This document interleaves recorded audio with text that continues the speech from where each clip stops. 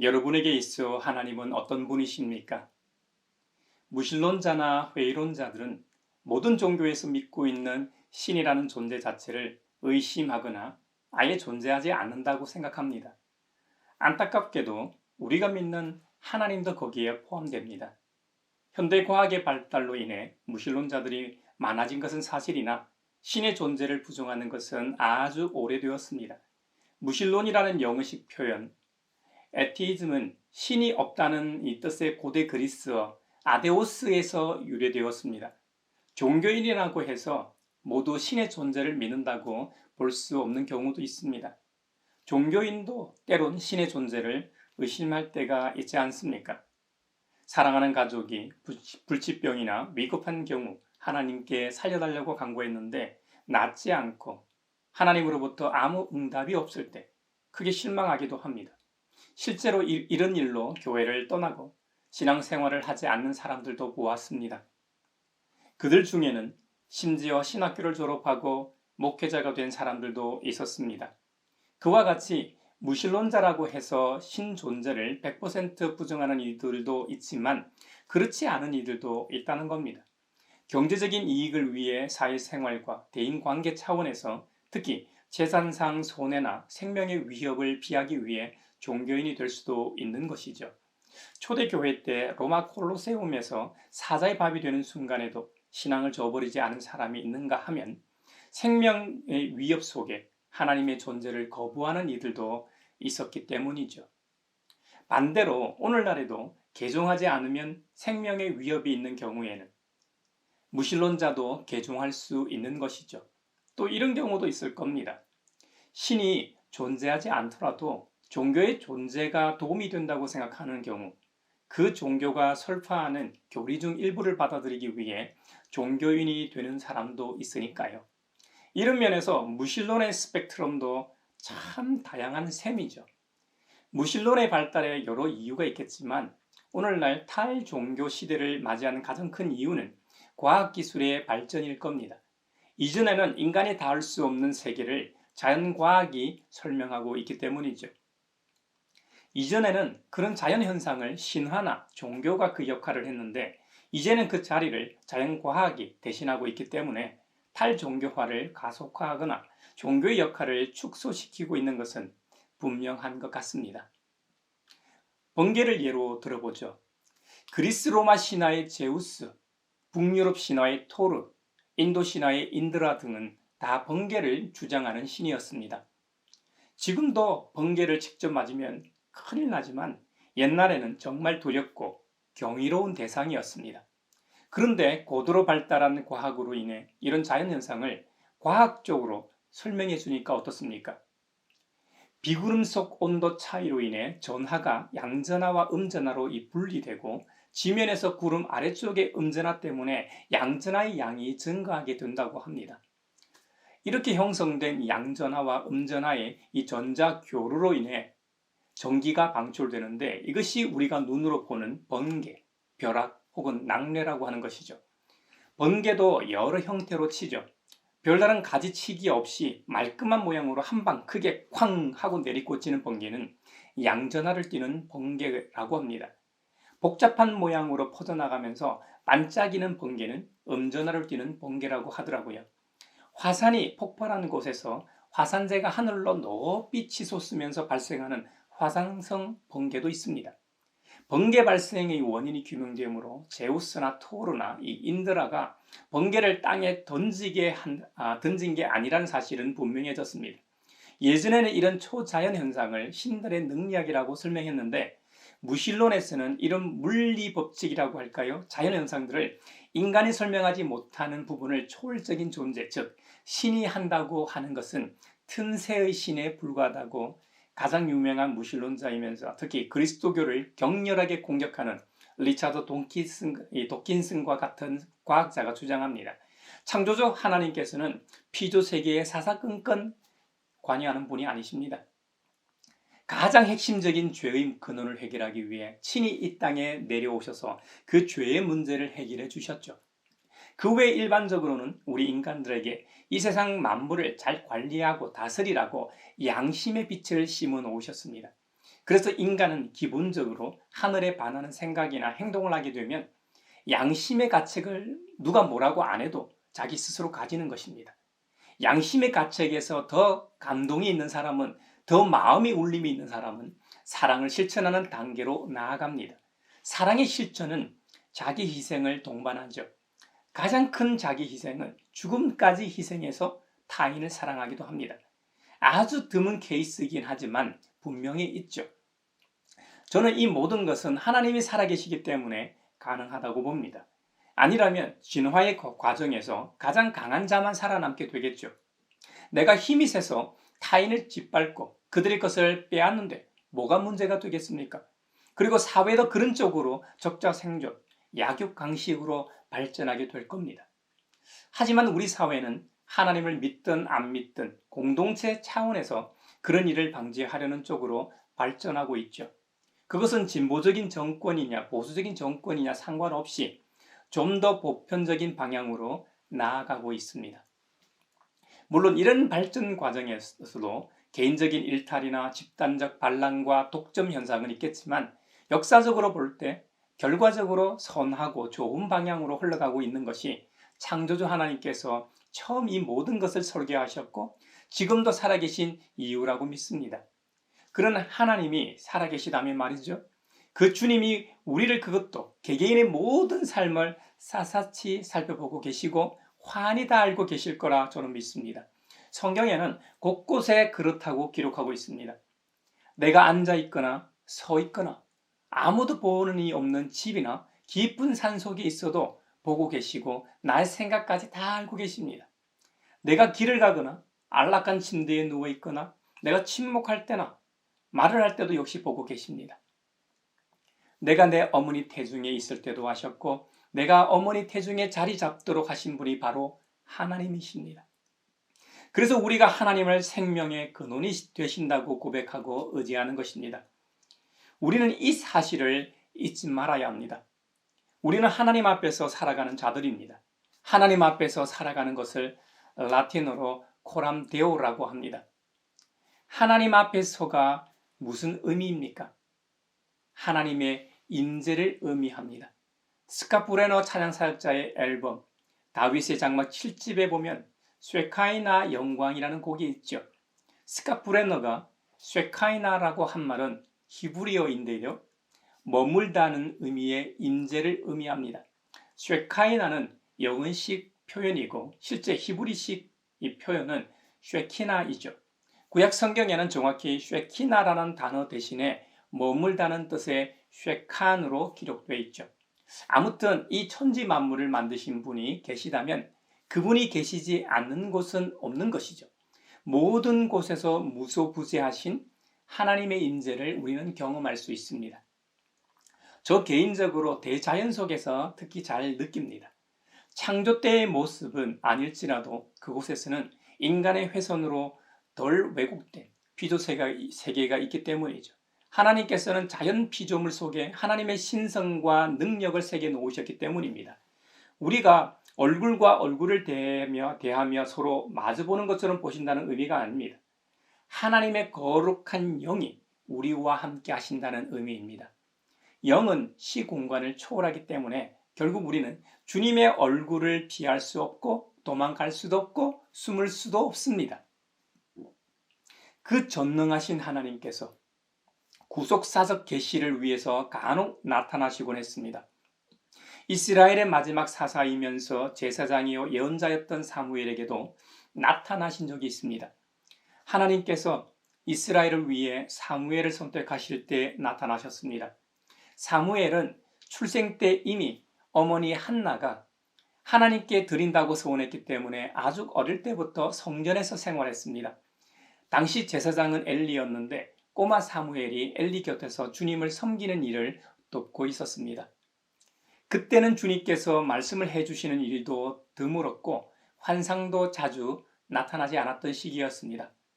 그런데 어느 날 밤 엘리 제사장은 잠자리에 누워 있었고 꼬마 사무엘은 하나님의 궤가 있는 주님의 성전에서 잠자리에 누워 있었습니다. 이른 새벽 갑자기 음성이 들려왔습니다.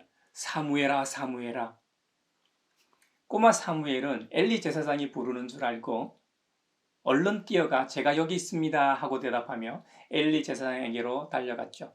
그런데 엘리 제사장은 나는 너를 부르지 않았다. 도로 가서 누우라고 말하였습니다. 꼬마 사무엘은 다시 가서 누워서 잠을 청했습니다. 그런데 또 사무엘아 하고 부르는 소리가 났습니다. 사무엘이 일어나 엘리 제사장에게로 뛰어가 부르셨습니까? 제가 여기 왔습니다 하고 또 말했습니다. 그러나 엘리 제사장은 이번에도 얘야 나는 너를 부르지 않았다. 도로 가서 누우라고 말하였습니다. 꼬마 사무엘은 이상하다 생각하면서도 엘리 제사장의 말에 따라 다시 제자리로 돌아가 잠을 청하였습니다. 다시 세 번째로 음성이 들렸습니다. 사무엘은 다시 엘리 제사장에게로 가서 부르셨습니까? 제가 여기 왔습니다 하고 말했습니다.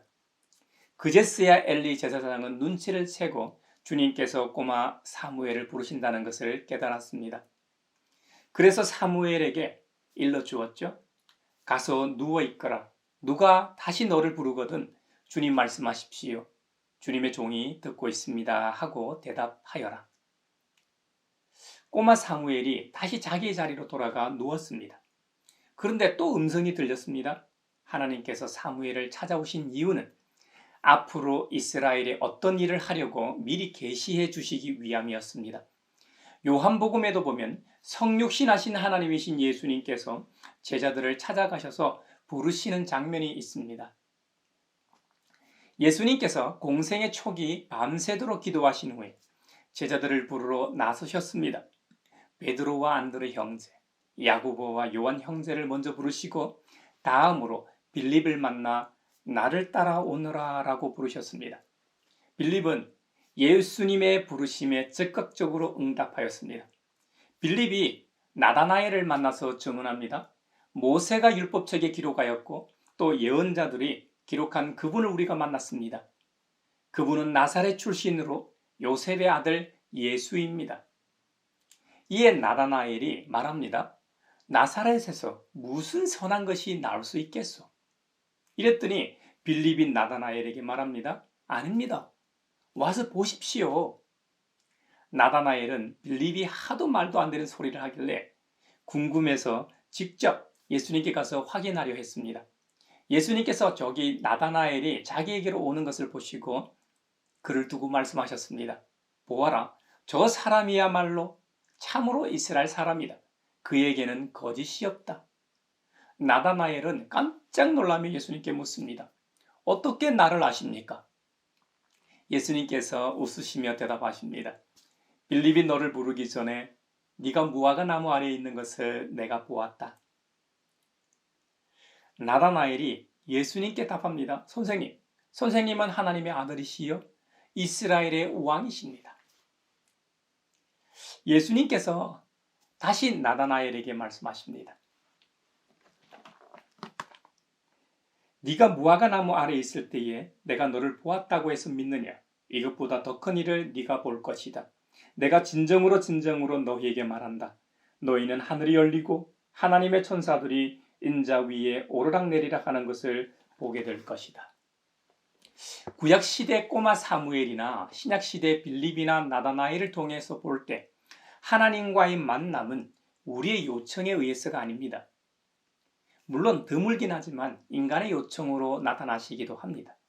대부분은 하나님의 일방적인 출현이었습니다.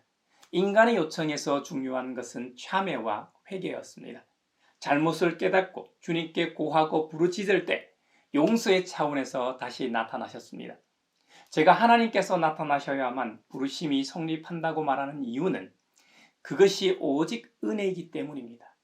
우리의 구원도 하나님의 일방적인 은혜입니다. 우리의 어떠한 노력이나 공로가 아닙니다. 인정받을 만한 어떤 선한 행위 때문에 구원받는 것이 아닙니다. 오직 예수 그리스도의 십자가의 대속의 은혜를 믿는 믿음으로만 구원을 받기 때문입니다. 우리 스스로 자신의 죄의 문제를 해결할 수 있는 십자가를 진 인류는 단 한 명도 없습니다.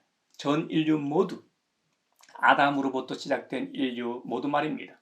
죽음을 맛보지 않고 하나님께로 간 에녹, 구원의 방주 노아, 온갖 시련을 이겨낸 욥, 믿음의 조상 아브라함, 꿈의 사람 요셉, 위대한 지도자 모세, 의롭고 지혜로운 왕 다윗과 솔로몬, 사무엘이나 엘리야 같은 위대한 예언자나 선지자, 민족을 구하기 위해 죽음을 두려워하지 않았던 여인 룻, 신약시대 예수님의 수제자 베드로를 비롯하여 12사도와 선교왕 바울까지 모두가 오직 하나님의 은혜로만 구원을 받았습니다.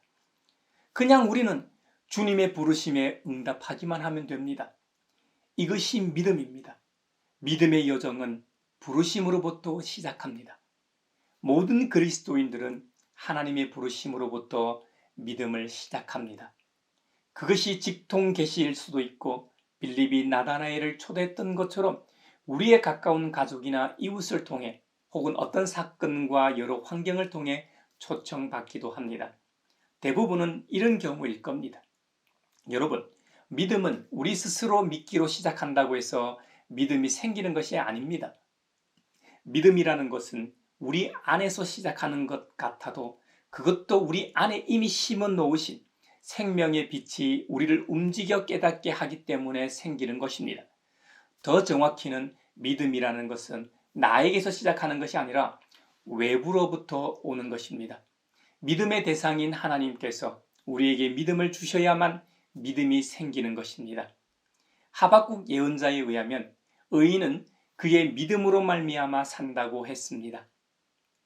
로마서 12장 3절에서는 그 믿음이라는 것은 오직 하나님께서 각 사람에게 나누어 주신 것이라고 설명하고 있습니다. 갈라디아서 3장 25절에서는 믿음이 온 후로는 우리가 초등교사 즉 율법 아래에 있지 않다고 천명하고 있습니다. 여기서 말하는 믿음이란 바로 믿음의 대상이신 예수 그리스도, 우리 주님을 가리킵니다. 그래서 사도 바울은 우리에게 가르치길 계시될 믿음, 즉 믿음의 대상이신 예수님께서 이 땅에 오시기 전에는 율법이 우리를 한시적으로 믿음으로 안내하는 초등교사요 몽학선생 역할을 했다고 했습니다. 또 로마서 10장 17절에서는 믿음은 들음에서 나고 들음은 그리스도를 전하는 말씀에서 비롯된다고 했습니다. 믿음이라는 것이 믿음의 대상이신 주님의 말씀을 들음으로써 생기기도 하고 자라간다는 겁니다. 우리가 성경을 읽어야 하는 이유가 바로 믿음 때문입니다.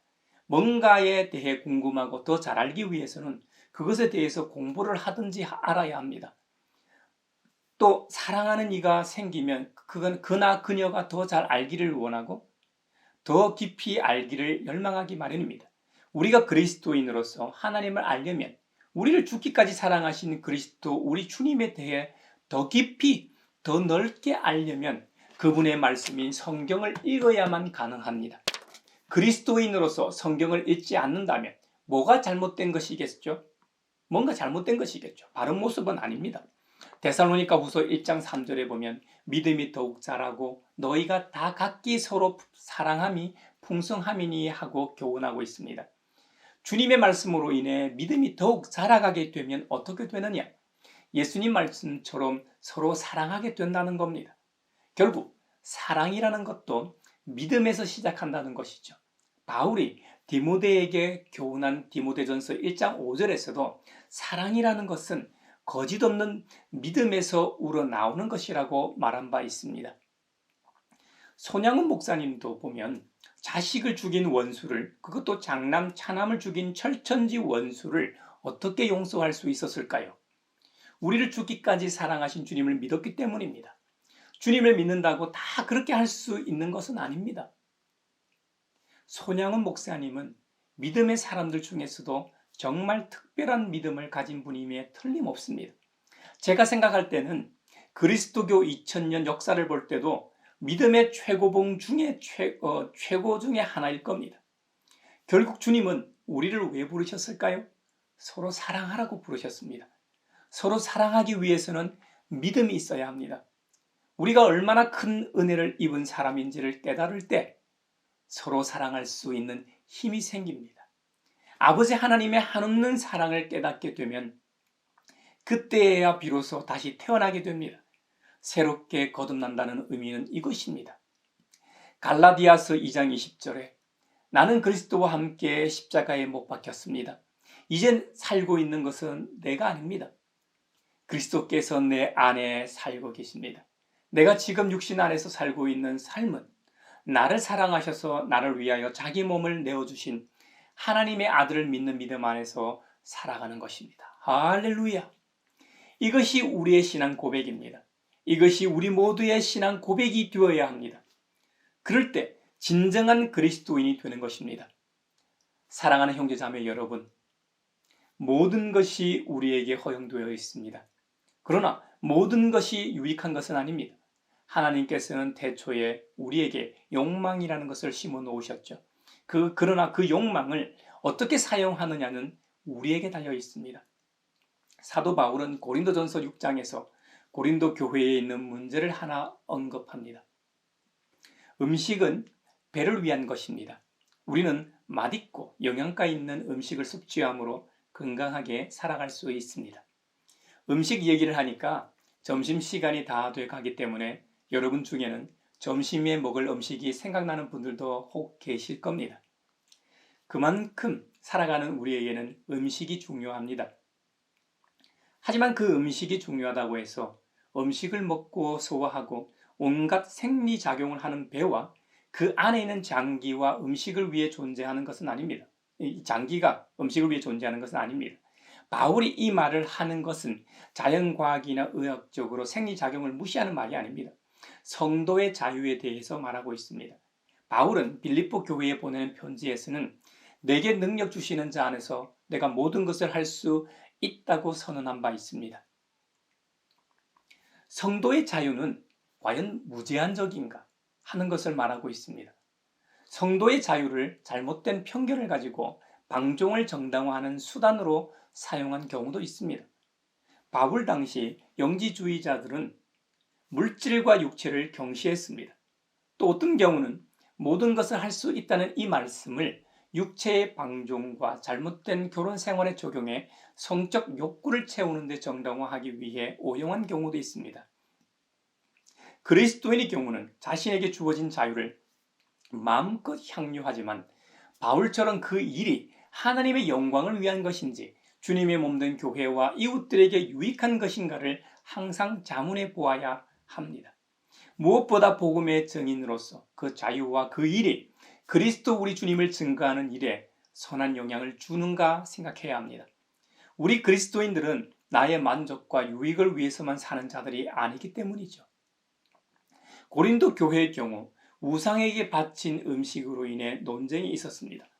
우상에게 바친 음식이라 할지라도 몸을 위하여 믿음으로 얼마든지 먹을 수 있습니다.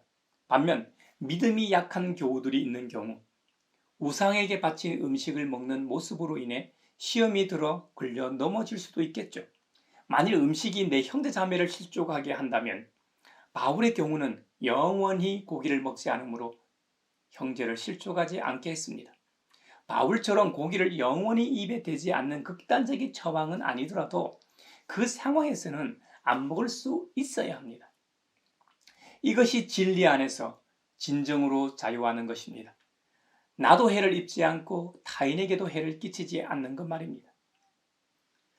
그래서 바울은 자신에게 모든 것이 허용되어 있음에도 불구하고 주님의 영광을 위하여 그리고 주님의 몸된 교회와 복음 사역을 위해 절제하며 하나님을 영화롭게 했습니다. 바울은 고린도전서 6장에서 특히 음행에 대해 강조하고 있습니다. 왜냐하면 우리 안에 성령님의 성전이 존재하기 때문입니다. 우리가 하나님으로부터 성령님을 받아서 모시고 있는 사람들입니다. 갈라디아서 2장 20절 말씀을 앞서 살펴보았듯이 우리가 예수님을 믿고 살아가는 시간들은 이전에 우리의 모습으로 살아가는 것이 아닙니다. 우리 안에 계신 그리스도와 함께 살아가는 시간들입니다. 그러므로 우리는 말과 혀로만 하나님을 믿는다고 하나님의 자녀라고 해서는 안 됩니다. 우리의 삶을 통해 말해야 합니다. 우리의 삶이라는 것은 우리의 말과 행동으로 증명됩니다. 우리의 말은 우리의 행동을 통해 증명되는 법입니다. 그것이 우리의 삶이요 인생으로 결말을 맺습니다. 그러므로 우리 모두는 우리 몸으로 하나님을 영화롭게 해야 합니다. 사도 바울은 음행 문제가 심각했던 고린도 교회의 이 이슈를 콕 집어서 설명했지만 우리는 삶의 전 영역에서 우리가 만나는 사람들, 교회 식구들인 믿음의 형제 자매들을 포함하여 여러분의 가족들, 직장 동료들, 학교 학우들, 이 사회에서 한순간 접촉하고 만나는 사람에게도 심지어 타 종교인들이나 나에게 적대적인 사람들까지도 포함하여 모두에게 믿음으로 대해야 합니다. 믿음이 성장하고 좋을수록 사랑이 발현되게 되어 있습니다. 가장 믿음이 좋으신 분이 우리 예수님이시죠. 그래서 그분은 아버지께서 다시 살리실 것을 확실히 믿고 십자가의 길을 걸어가실 수 있었습니다. 주님의 부르심에는 차별이 없습니다. 우리 주님은 우리 각자를 부르시고 나 몰라라 하시는 분이 절대로 아니십니다. 그분은 우리가 주님을 따라 살 수 있도록 믿음을 주십니다. 그 믿음은 주님의 말씀을 읽고 들으면서 자라가게 됩니다. 믿음이 성장하며 타인을 사랑하는 마음도 자라가게 됩니다. 그래서 믿음만큼 사랑하는 법입니다. 주님께서 우리를 부르신 진짜 이유는 서로 사랑하게 하기 위해서입니다. 예수님께서 구약 성경을 어떻게 요약하셨습니까? 하나님 사랑, 이웃 사랑으로 요약하지 않으셨습니까? 그리고 새 계명을 주시며 서로 사랑하라고 명하셨습니다. 이것이 최종 명령입니다. 내가 믿음이 있다고 하면서 사랑하지 못한다면 우리의 믿음이 진짜인가 점검해야 합니다. 사랑하는 형제자매 여러분, 우리 모두가 주님의 부르심에 응답하길 바랍니다. 주님이 부르셨다는 것은 믿음이 이미 시작되었다는 신호입니다. 이제는 그 믿음이 건강하게 잘 자라게 주님의 생명의 말씀을 매일 읽고 듣고 묵상해야 합니다. 그러다 보면 어느 순간 자신도 놀랄 만큼 믿음이 성큼 성장해 있는 자신을 발견하게 될 겁니다. 그 믿음이라는 것은 생각으로만 느껴지는 것이 아닙니다. 사랑이라는 것이 믿음에서 나온다고 했잖아요. 결국 사랑하는 모습을 통해 여러분의 믿음을 확인하게 될 겁니다. 우리 모두가 많이 사랑할 수 있는 장성한 분량까지 자라가길 주님의 이름으로 축원합니다.